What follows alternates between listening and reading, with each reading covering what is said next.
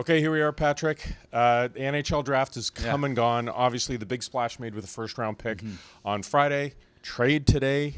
Your assessment of this weekend for the Vancouver Canucks? Everything. I mean, it's they did everything. You know, some good, some bad. I think the trade, realistically, it was interesting hearing Jim Benning in the post-draft press conference say, "Well, I think the prices are going to go down." So you're sort of like, "Well, why didn't you wait till Monday?" But anyway, they have JT Miller, who will make this team better. We've talked about the price before, that the price is high. It's a big bet on making the playoffs next year, and then not, giving away a first-round pick the next year. I mean, they did well in the draft, though. They're people are very impressed with the Podkolzin pick in the first round. A guy that has a big player, skates well.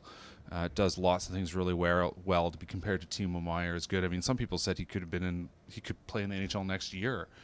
He's that sort of ready. I mean, he'd be a depth forward, but when he comes over in 2 years, top six kind of guy. So they've helped themselves there. And then they had 8 picks today. They got a pick back by trading down. Judd Brackett, who we just spoke with, said that he was quite pleased that they were able to hold on. Ethan Keppen was a guy that they actually liked originally at that 102 pick that they moved back down. He was still there about 20 picks later. So they were happy to get him. They're huge fans of Nils Hoglander, who has a great set of hands, he said. It was an interesting, the words, it's always interesting to hear the catchphrases, right? And the word here is motor.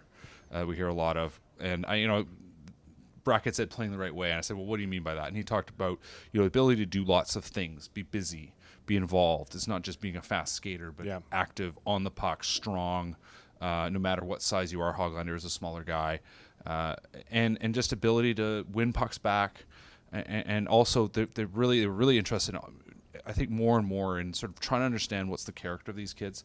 Are they the kind of guy that's going to show up and put in the extra work? Because kids are so talented now coming into the NHL, but it's that ability to take that next step that teams are really starting to clue in on. And Brackett, it was very much a Judd Brackett draft. You could see his hand all over in almost all those picks. So, Hoglander's the one anomaly, being small. If you look at the rest of the draft, they got 2 themes. One, big players, physically big, tougher, powerful. Yeah.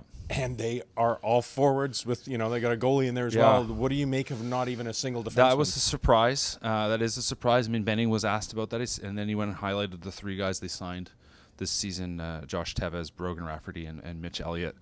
Rafferty, I think, is the sort of the highest upside of those 3 guys. Great skater and an interesting player. We saw him play for 2 games, and it's tough to say at the end of the season, but guys that they're smart guys. Like, there's also the recognition that we need to have players that can kind of learn and understand and become more than they already are.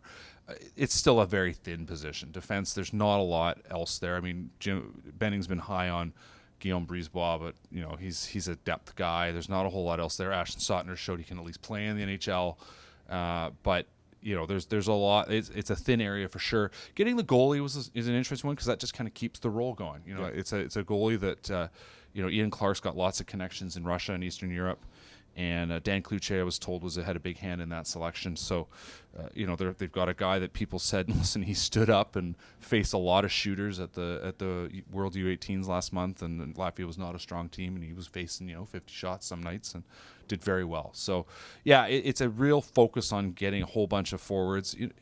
Maybe these they've got 9 guys coming out of this draft. They haven't done that in a while, which is good. And I think from that standpoint, if these players all pan out, they don't all pan out. But if you hit on at least half of those, all of a sudden you are dealing, 2 or 3 years, you're dealing from a position of strength. The Canucks haven't done a good enough job of bringing along. They've really tried to walk that line, and we've seen that not all the guys are going to work out, and so you need to keep rolling through. And the most successful teams in this league are the teams that just keep churning out prospects because it lets them do all kinds of things. They don't just necessarily make your own team. You can move them to other teams. So from that standpoint, I think it was a smart approach at the draft as well. Yeah, well, great stuff this weekend, Patrick. We know we got free agency to come. That's the other shooter drop, so lots coming there.